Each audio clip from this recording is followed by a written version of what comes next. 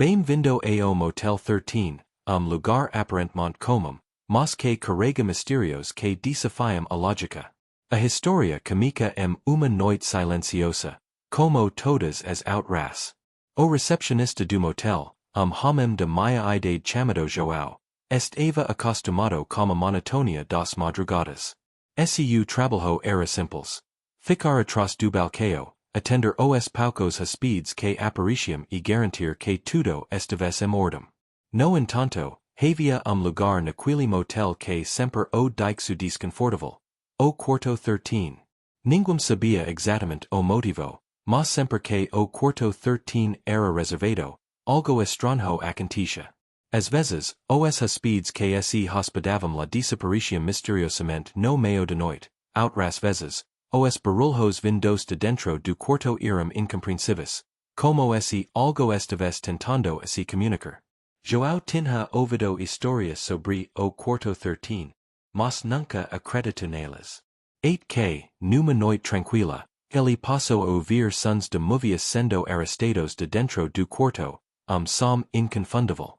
Decidido a investigar, João pegou a chave e se dirigiu ao quarto 13. O corredor estava vazio e silencioso, mas uma sensação estranha o acompanhava.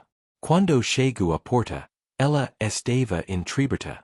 Hesitou por momento, mas, movido pela curiosidade, entrou. O quarto estava vazio, mas a energia no ambiente era densa.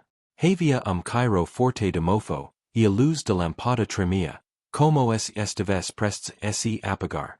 Ao olhar ao redor, João nota que o copo sobre a mesa estava virado, a cadeira estava deslocada, e a janela, que deveria estar fechada, estava aberta, deixando a brisa entrar. Era como se alguém tivesse sido apressado, mas não havia ninguém ali. O mais estranho porém, foi o que ele viu na parede. Uma mensagem, escrita com algo que parecia ser sangue. As palavras eram simples, mas enigmáticas. Você está aqui, mas logo se vai. João sentiu arrepio percorrer sua espinha. Quem teria escrito aquilo? E por quê? Sentiu desejo imediato de sair do quarto, mas antes que pudesse dar o primeiro passo, algo o fez parar. Ele ouviu sussurro suave, quase inaudível, vindo de algum lugar nas sombras. Viru-se rapidamente, mas não havia ninguém. O ar parecia mais denso agora, como se algo estivesse tentando a se comunicar com ele. E, antes que ele pudesse processar o que estava acontecendo, a porta do quarto se fechou sozinha, e a luz piscou violentamente, deixando o ambiente total escuridão por segundo. Quando a luz voltou, João estava parado, ainda tremendo, com uma sensação de que o quarto 13 o estava observando, esperando por algo.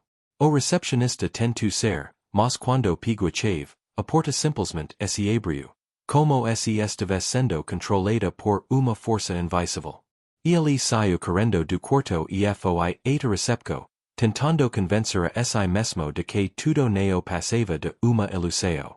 No entanto, ele sabia que algo estava errado. O quarto 13 nunca mais seria o mesmo para ele.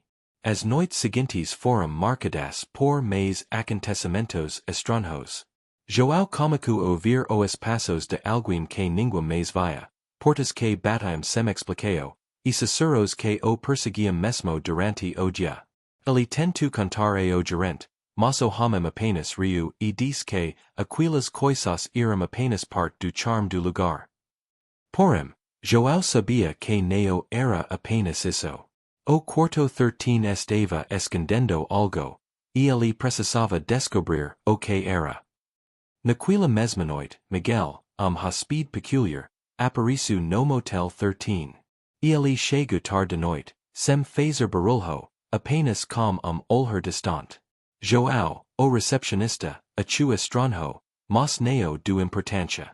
Miguel pediu quarto isolado, com vista para a estrada.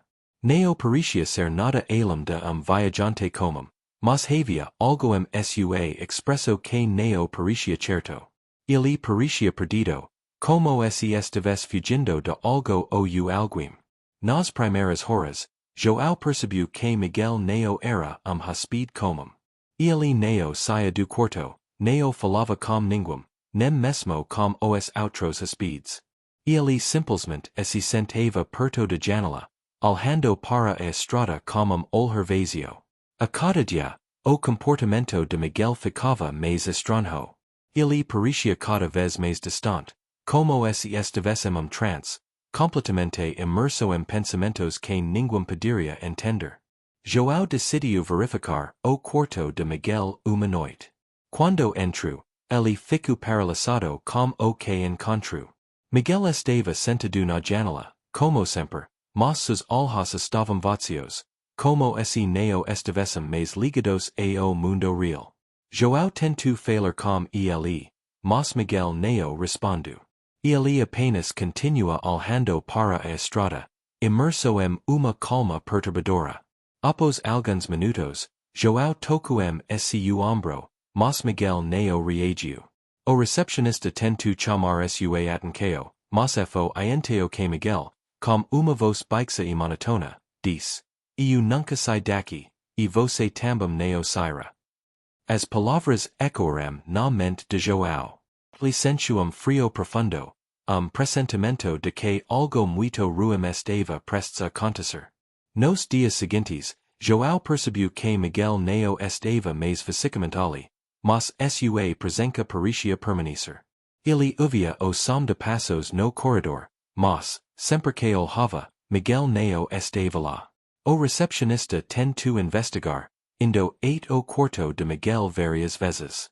Em uma dessas visitas, ele nota que a cama estava perfeitamente arrumada, mas o ar estava denso, como se o homem ainda estivesse ali, invisível. João começou a questionar a realidade ao seu redor. Ele começou a procurar no histórico do motel, e foi então que descobriu que vários hóspedes haviam desaparecido misteriosamente no Motel 13. O que mais o assustou foi o feito de que todas essas pessoas haviam se hospedado no mesmo quarto, o quarto 13. Mas o mais aterrador ainda estava por vir. Ao revisar as câmeras de segurança, João viu algo inexplicável. Embora Miguel tivesse se hospedado no motel por dias, as imagens das câmeras mostravam que ele nunca havia entrado nem saído. Era como se Miguel não fosse real. Ele foi preso em algum tipo de limbo, uma prisão invisível que ninguém poderia entender. João ficou obcecado com o caso de Miguel. Ele começou a investigar mais a fundo e descobriu que o Motel 13 estava construído sobre antigo cemitério. As pessoas que desapareciam ali não eram simplesmente vítimas de circunstâncias trágicas. Elas estavam sendo puxadas para lugar entre o mundo dos vivos e dos mortos, lugar onde as almas vagavam sem encontrar paz. Enquanto João lutava para entender o que estava acontecendo, ele começou a ser assombrado por gritos vindos de dentro do Motel 13. O som era agudo, desesperado, como se alguém estivesse em agonia. Na primeira vez que ouviu, ele pensou que era apenas sonho, uma alucinação provocada pela falta de sono. Mas logo os gritos se repetiram, todas as noites, cada vez mais altos e mais próximos. Ele correu para os quartos onde os gritos pareciam vir, mas sempre que chegava ao local, o quarto estava vazio. As camas estavam feitas, as janelas fechadas, e os hóspedes, quando perguntados, pareciam não ter ouvido nada. João estava perdido em mar de incertezas e medos. Ele sabia que algo muito errado estava acontecendo, mas não conseguia entender o que. Numa noite particularmente angustiante, enquanto João fazia sua ronda, ele foi ao corredor onde os gritos eram mais fortes. Ele sentiu uma presença, algo que o observava.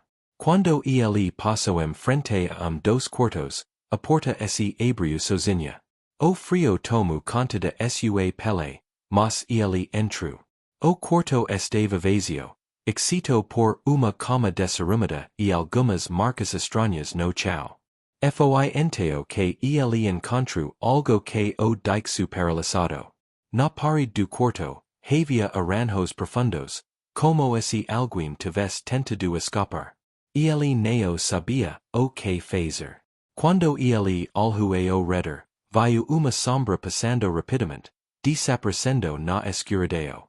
Ele a seguiu, mas, quando virou a esquina, não havia mais nada ali. Naquela noite, João começou a investigar o histórico do motel novamente. Ele encontrou registro antigo de hóspede que havia desaparecido no mesmo quarto. Mas, para sua surpresa, o registro indicava que a pessoa nunca havia saído do motel. Ela havia sido dada como morta, mas seu corpo nunca foi encontrado. A verdade começou a ficar clara para João. O Motel 13 não era apenas lugar de passagem. Ele era lugar onde as almas perdidas ficavam presas, sem nunca conseguir encontrar paz. Ele sabia que, se não encontrasse uma maneira de resolver isso, ele também se tornaria uma dessas almas perdidas.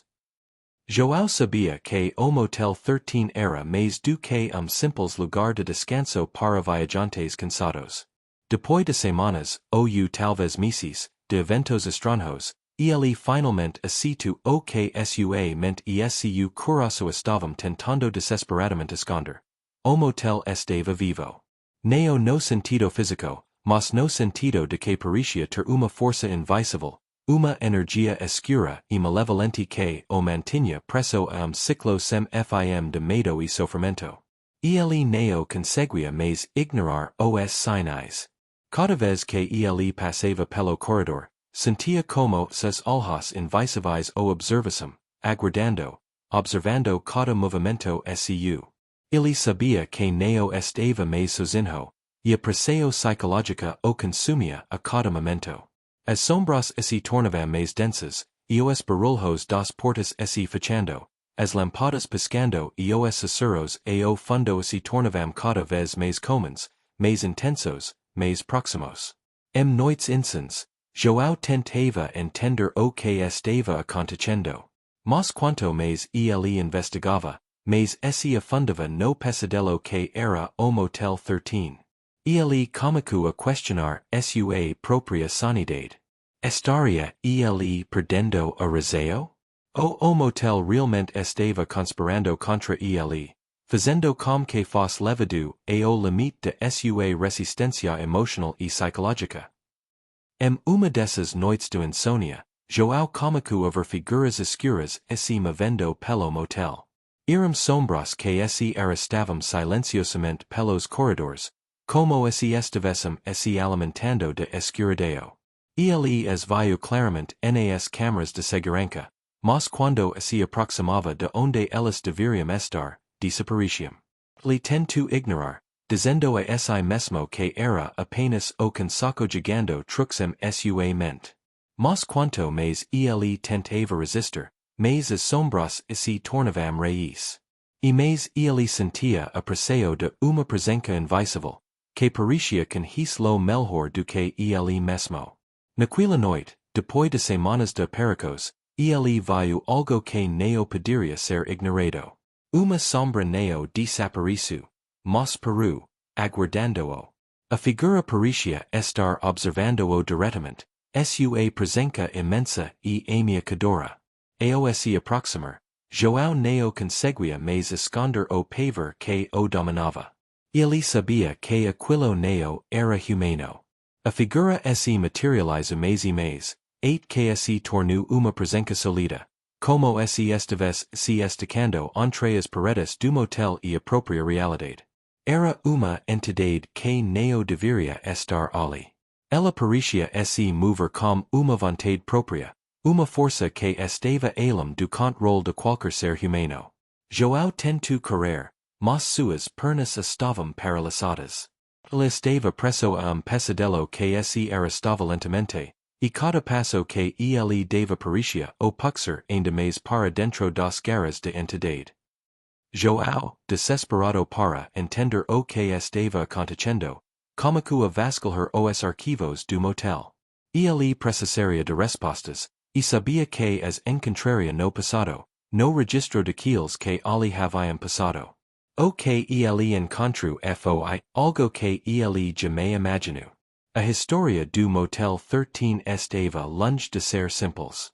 Ele descobriu que o terreno onde o motel foi construído foi originalmente cemitério indígena.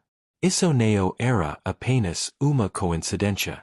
Ao investigar mais a fundo, João descobriu que o ritual que levou a construção do motel envolvia práticas ancestrais, ritualísticas, onde almas eram forçadas a permanecer presas no local, condenadas a vagar por ciclo interminável da agonia. O que mais o chocu foi saber que o motel havia sido construído sobre as ruínas de antigo templo, dedicado a uma divindade obscura que exigia preco pelo sangue de seus seguidores. E a história mais aterradora que ele encontrou foi sobre ritual de binding, tipo de feitiço que tinha como objetivo manter as almas presas para sempre naquele espaço. O Motel 13, para aqueles que acreditavam, era uma prisão espiritual, e as almas que ali entravam nunca poderiam deixar.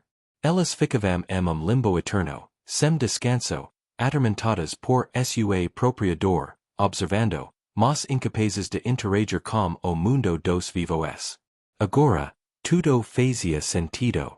Miguel, o hóspede peculiar, e os outros desaparecidos. Todos estavam ligados por uma força invisível, uma maldição que os mantinha presos no Motel 13. A revelação sobrenatural. O confronto com a entidade.